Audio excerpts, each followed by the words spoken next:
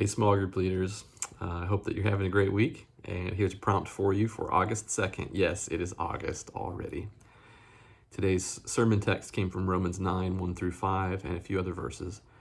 And the big idea was that Paul has great sorrow and unceasing anguish in his heart. And it's for his opponents. It's for the Jews that don't believe in Jesus Christ and that have rejected him. And he shows the heart of an apostle and the heart of reconciliation, and that he is loving them, longing for them, hoping for them, and trying to help Jews and Gentiles to learn to get along and bridge their ethnic diversities and come together and do the real hard work of reconciliation. So it's a great passage, and it's really appropriate for our world. It's appropriate for every time in the world, but it's great for us for right now because we always have reconciliation to do with others. So here's a couple questions to help you out as you lead a discussion. For an icebreaker, just a fun icebreaker, would be to think back to your childhood and think about an activity from your childhood that you wish you could do now. So just give everybody a moment to think about that and then to share something that they loved to do when they were a kid that they wish they could do now. Okay, 3 questions for going deeper. The first one is a personal reflection about sorrow and anguish. What are some moments from your life when you felt great sorrow and unceasing anguish? Obviously, this isn't small disappointments. This is like really, really big stuff. And I'm just curious because Paul wrote chapter 8 where he was just full of this glorious language about Christ. And he wrote chapter 9 where he has great sorrow and unceasing anguish.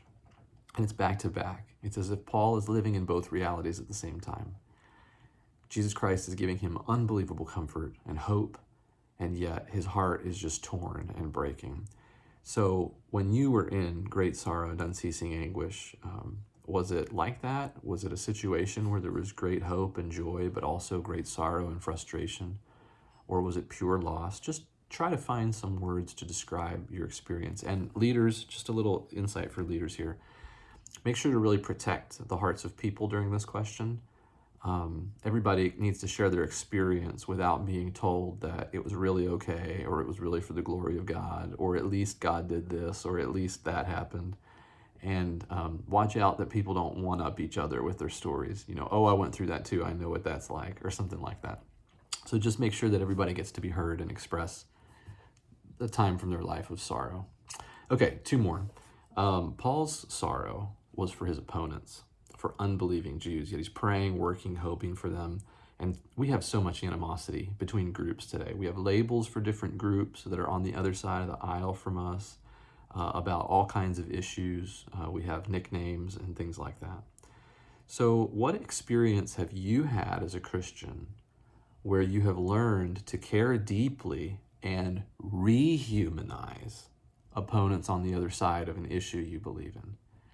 How has your old worldly way of going about thinking about groups and labels and names and so on changed the way that you think about and treat people, even though you still disagree with their worldview or their politics or their economics or something like that?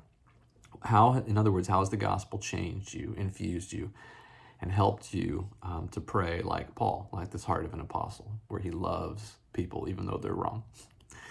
And then the third question, final question. As we mentioned in the sermon today, Paul uses those 2 little words, sorrow and anguish, that seem to come from Isaiah 35. And I think he was probably doing his devotional reading and his prayer from that beautiful chapter.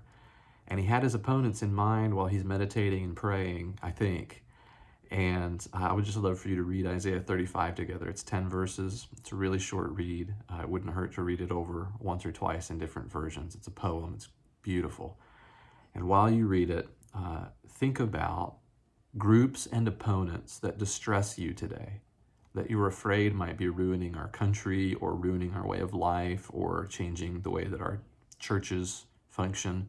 Someone that really bothers you. And think about and imagine this psalm where the desert is blooming into a garden and they're able to enjoy it with you, and where the rough wilderness places are springing up to a smooth road and you're able to walk with them on it back to Zion, in other words, to a place of worship and community at the feet of God. Okay, I hope these will be helpful questions, and that you'll have a great discussion, and that God will give you some hope and some vision for the future. Love you guys.